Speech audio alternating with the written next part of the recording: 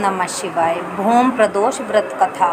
मंगलवार के दिन प्रदोष व्रत करने से समस्त रोगों का नाश हो जाता है, अतः इस दिन महाबली का पूजन करना चाहिए। इस दिन गेहूं और गुड़ का भोजन सर्वश्रेष्ठ होता है।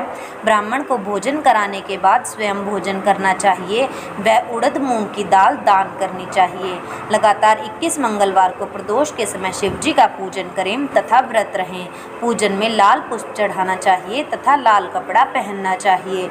मंगलवार को व्रत करने से मनुष्य के समस्त रोग, पाप, कष्ट आदि दूर हो जाते हैं तथा शरीर बलवान होता है। इसमें किसी भी प्रकार का संशय नहीं है। बहुत दिन हुए एक ब्राह्मण और ब्राह्मणी थे जो बिना संतान के अत्यंत दुखी थे।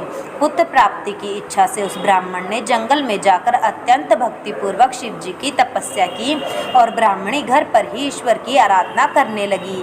वह ब्राह्मणी नियम पूर्वक प्रत्येक मंगल को हनुमान जी का भोग लगाती थी तथा बाद में स्वयं प्रसाद स्वरूप भोजन ग्रहण करती थी। एक बार एक पर्व ऐसा आया जिसमें बिना कुछ भोजन किए हुए निर्जल व्रत करना था, अतः ब्राह्मणी उस मंगलवार को हनुमान जी को नैवेद्य न अर्पित कर सकी। अतः उसने संकल्प किया कि अगले मंगलवार को मैं हनुमान जी का भोग लगा दूंगी, तभी भोजन करूंगी।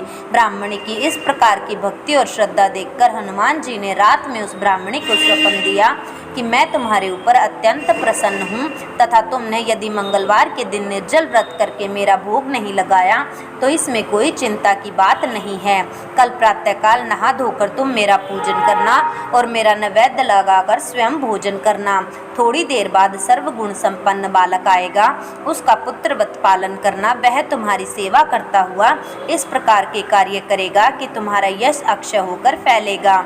अगले दिन ब्राह्मणी के स्वप्न के अनुसार कार्य किया, जिससे उसको सुंदर पुत्र प्राप्त हुआ। उधर शिव जी व हनुमान जी ने ब्राह्मण की तपस्या करते में ही कहा कि तुम्हारी मनोकामना पूर्ण हो गई है। ब्राह्मण ने घर आकर उस पुत्र को देखकर अत्यंत विस्मय किया और अपनी पत्नी से पूछा कि यह पुत्र किसका है। ब्राह्मणी ने उत्तर दिया कि यह आपका ही पुत्र है।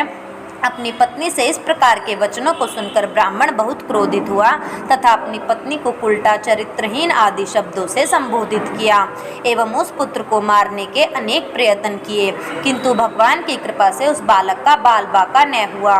फिर हनुमान जी ने उस ब्राह्मण को स्वप्न दिया और कहा कि हे विप्र, अपनी पत्नी एवं पुत्र के चरित्र के विषय में किसी प्रकार का संदेह न करो।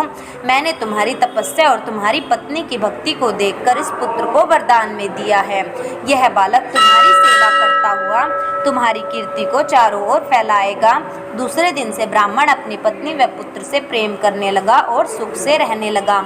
इस लोक में अनेक सुखों को भोगता हुआ वह अंत में मोक्ष पद को प्राप्त हुआ।